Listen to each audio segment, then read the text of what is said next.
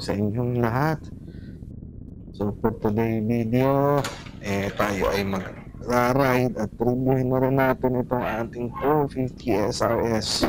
Guys, matagal-tagal din tayo hindi nakapag-video. Pasensya na kayo at tayo ay naging busy sa trabaho. Pero ngayon nagkaroon tayo ng pagkakataon na mag-ride. So, reviewin na natin itong motor. Medyo matagal-tagal na rin sa atin ito.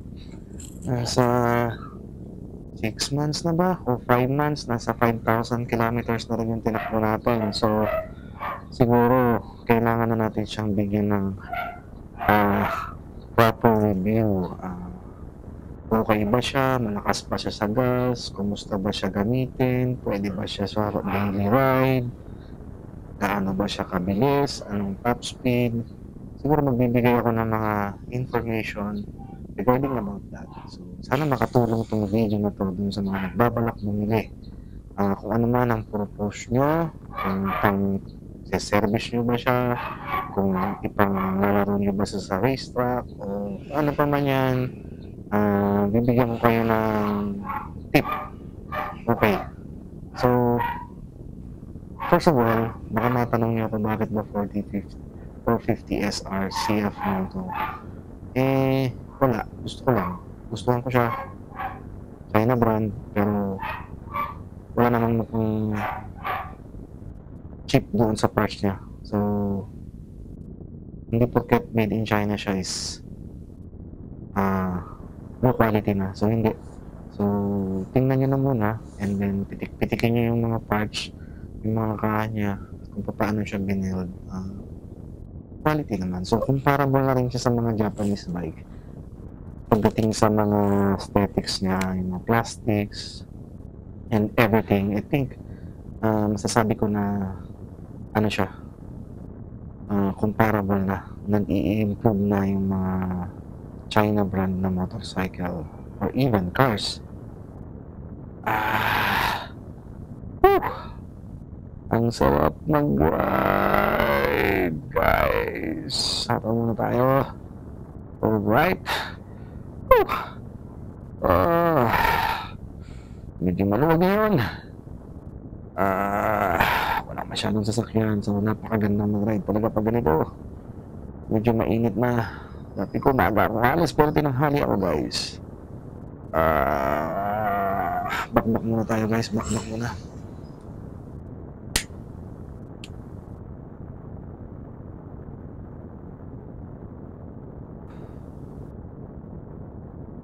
Hindi ako masyado makapagsalita, guys. Mamaya na ako magkukwento. Samantalahin ko munang maluwag yung kalsada, guys. Manood muna kayo.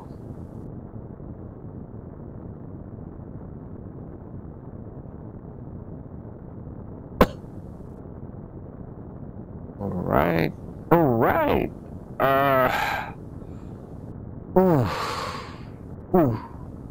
Alright, guys.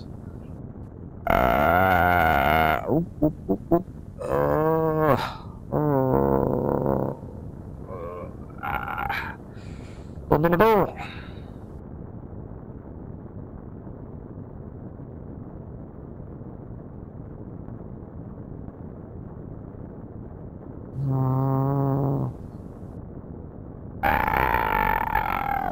Sarap ng motor. Alright. Sige pa, luwag pa. Habang walang sasakyan.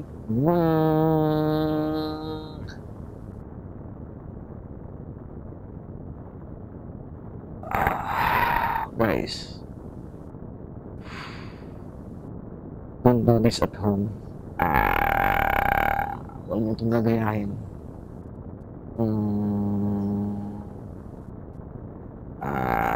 Actually, ito yung dinadaanan ko araw-araw. So, pero first time kong hatawin to rito kasi first time kong nakita na ganito kaluwag. Today is Friday. Biyernes Santo, kaya walang sasakyan, guys.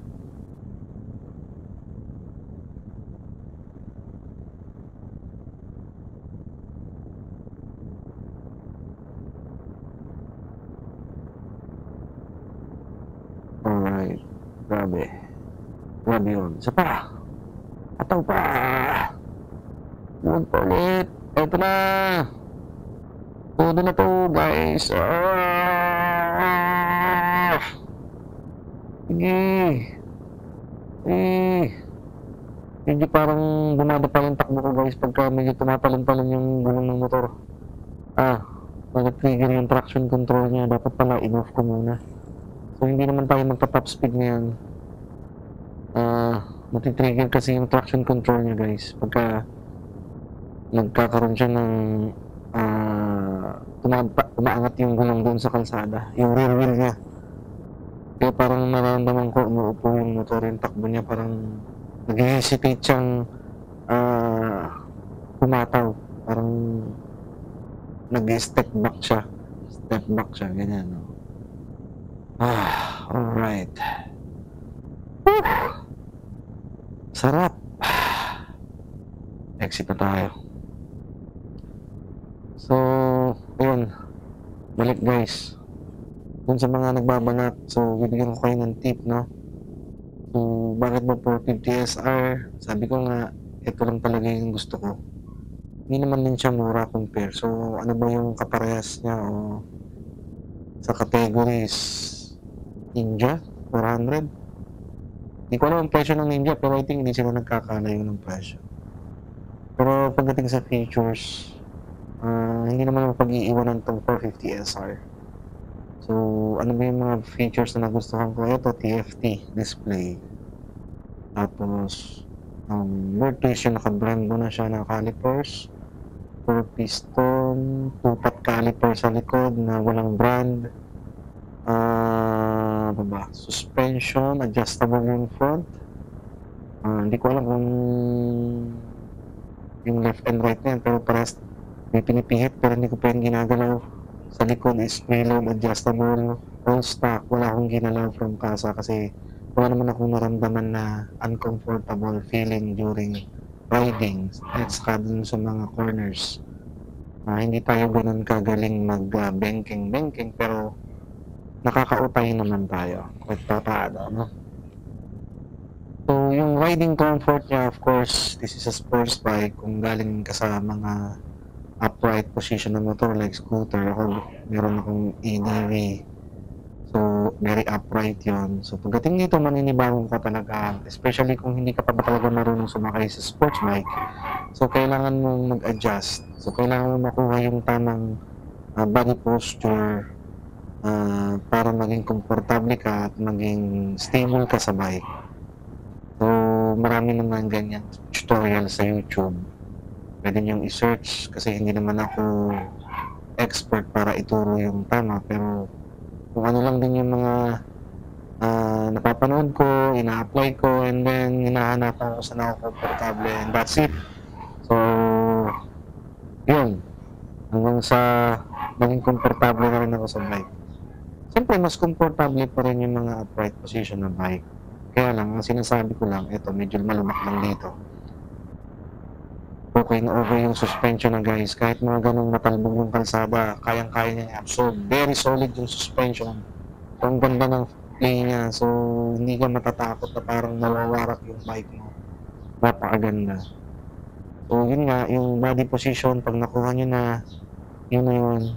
Magiging komportable na kayo compare sa unang sakay nyo. Kasi nga, sports bike, medyo nakasubsob ka ng konti. Pero hindi siya masyadong subsob kumpara doon sa mga bigger CC na example, Yamaha R6 yun, medyo talaga mababa ang handlebar nun. Ito, okay lang. Para na siyang medyo upright ng konti. So, subsob pa rin compare sa mga ibang bike, pero okay na siya sa akin. Okay ba siya pang daily ride? For me, masasabi kong okay siya kasi pinang-araw-araw ko talaga to eh. From my house going to work, it's around 26 to 27 kilometers. Saglit lang. So, pwede rin siya. May nag-expressway ako, mix ng expressway at saka city, traffic. So, kadalasan tinitiklop ko yung side mirrors. Ito, tinitiklop ko yan pagka ako isisingit. siyempre medyo malapad kasi pag ganyan nakabukas. So, pwede nyo siyang tiklopin para magkaroon kayo ng mas maliit na width ng motor, mas ano siya, makitid siya, maisisingit niyo siya and then balik niyo na lang pagka open na ulit yung road. Pang commute, okay siya. Mainit ba siya? Yes, pagka lalo na pag bumukas yung fan, lalo na pag mainit yung panahon, katulad ngayon, summer, talagang mararamdaman mo yung buga ng paa niya, buga sa paa mo, yung hangin. So, hindi ka pwedeng naka-short lang dito, hindi naman advisable yun. Hindi ko naman pwede kasi mainit talaga yung hangin na lumalabas, guys. Fuel consumption, it can run, ang pinakamatakaw ko rito is parang 19 kilometers per hour, pinakamatipid ko is 22. Mix na yun, pero pag hatawin mo talaga medyo malakas din. Pero kung normal driving lang, 22 kilometers, minsan nagpo-23 pa ito. Pagka talagang hindi ka naman talaga nagmamadali, lahat naman ng motor tumatakaw pagka puro kahataw. So, depende na rin sa driving. Basta 19 to 23 kilometers per liter yung consumption ko. Advantage ba sa kotse? Ang advantage niya is nakakasingit ka pagdating sa traffic. Mas matipid siya sa konsumo ng gasolina. At mas mababa yung maintenance siya kumpara sa sasakyan. Ang disadvantage siya, siyempre, maiinitan ka. Kung umuulan, maulanan ka.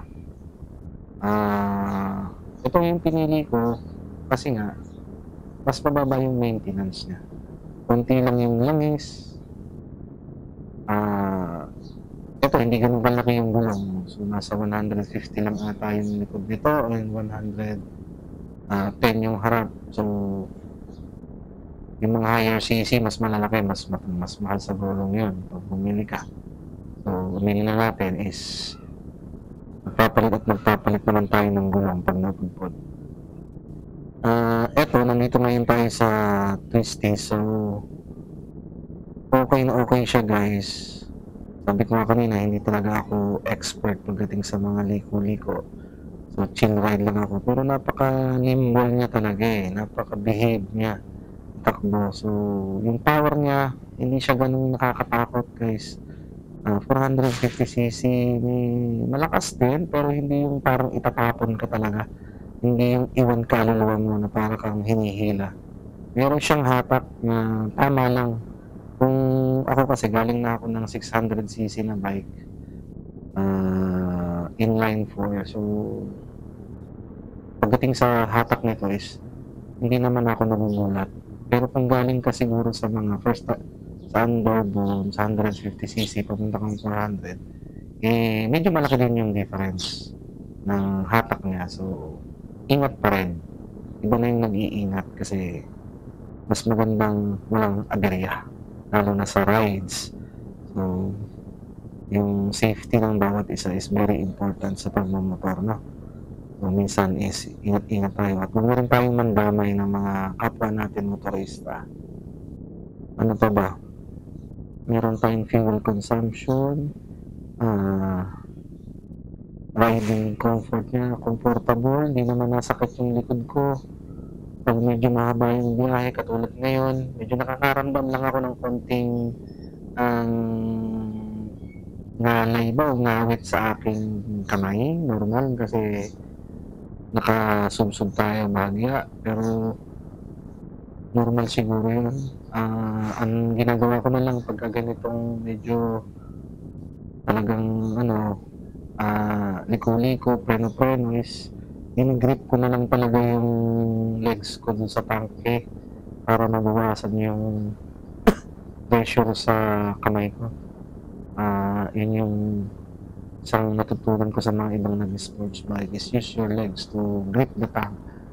Para kasi talagang kapit na kapit ka dun sa motor and mas stable siya gamitin, guys. And then, yun, ano pa ba? Wala na. Ang isa lang naging problem ko dito is yung aking signal light sa kanan, sa likod. para siyang pinasok ng moisture. Yung under warranty naman siya, so papalitan daw ng bago kasi naidala ko na 'to sa kasa. So they will replace brand new signal light. So kinover naman niya yung na-cover naman siya ng warranty. So thank you doon sa CF Moto Lipa. Ayun guys, kung worth it ba is depende sa inyo. Kung ang hanap nyo is ang takbuhan nyo is 200 pataas, 200 kilometers per hour and up, hindi ito yung bike sa inyo kasi hindi naman ito kayang tumakbo. At saka hindi naman natin kailangan yung ganong katulad na takbo. So normally ngayon medyo luwag-luwag lang yung kalsada kaya nakakapag-hataw-hataw tayo, pero yung normal days hindi natin kailangan yung ganong speed. Kung nag-expressway ka siguro yun, pero hindi pa rin, tumakbo ka ng 100 hanggang 120 siguro is mabilis na. So napakadelikado na ng mga speed na more than 200 kilometers per hour. But everyone is parang gusto na't matry, lalo na yung mga hayok sa bilis. Kanya-kanya nga tayo. Pero kung daily commute ba, okay siya. Depende sa'yo. Kung ikaw naman ay service road ang daan, national road, siguro okay na okay din to. Pero syempre, mas okay yung mga ordinaryong scooters, the best yun pag commute. Katulad ko, medyo may access tayo sa expressway. So, naiiwasan ko yung mga traffic from sa mga bayan-bayan, mga stoplight. So, pag nakapasok ako ng expressway, feeling ko secure na ako. Kasi ilang kilometers din yun, and pag exit ko malapit na yung work. So depende sa inyo sa paggagamitan nyo. Kung ganun yung style nyo, ganun yung dadaanan nyo, okay siya. Kung ipanglalaro siguro, tingin ko pwede rin kasi yun nga, maganda nga yung handling niya. Tingin ko dinesign din naman siya for for racetrack kasi sports bike nga siya. Maganda yung preno, may ganda yung suspension. Siguro ang kailangan palitan nyo is yung gulong. Makapit naman yung stock tires niya, CST, na wala naman akong problema, wala akong reklamo. Pero syempre kung pagtatrack nyo siya is mas maganda kung papalitan natin siya ng pang racetrack na tires, yung race tire talaga, para mas ma-enjoy natin yung yung mga kurbahan. Kasi syempre yung pasok natin sa corner, mas kailangan natin yung grip ng tires. Pero I think yung stock pwede naman, kung hindi ka naman talaga ganun ka balasubas humiga sa corners is banking, is tingin ko yung stock tires. Pero sabi ko nga, kung may budget ka para bumili ng race tires, mas okay, mas stable, mas safe. Siyempre, huwag kalimutan magsuot ng proper gears. Importante yan. Riding gears, safety gears. Kailangan natin yan. Lalo na yung helmet. Ano pa ba? Yun. Hindi kayo magsisisi kung ang intention nyo is sa mga nabanggit ko, kung doon nyo lang siya gagamitin, is hindi siya masisira ba siya agad? Reliable ba yan? Yung reliability sa ngayon, hindi ako makakapagsabi kasi nga bago lang itong motor. Siguro kung umabot sa akin to ng 5 years at still okay pa rin siya, doon pa lang tayo makapagsabing reliable yung motor. Pero I think hindi naman siguro nagawa si CF Moto ng mababa ang hindi siya reliable kasi siyempre, they're competing to those motorcycle brand na talagang kilala na. So, kailangan mong sabayan or higitan yung kanilang reliability kung gusto mo ring makilala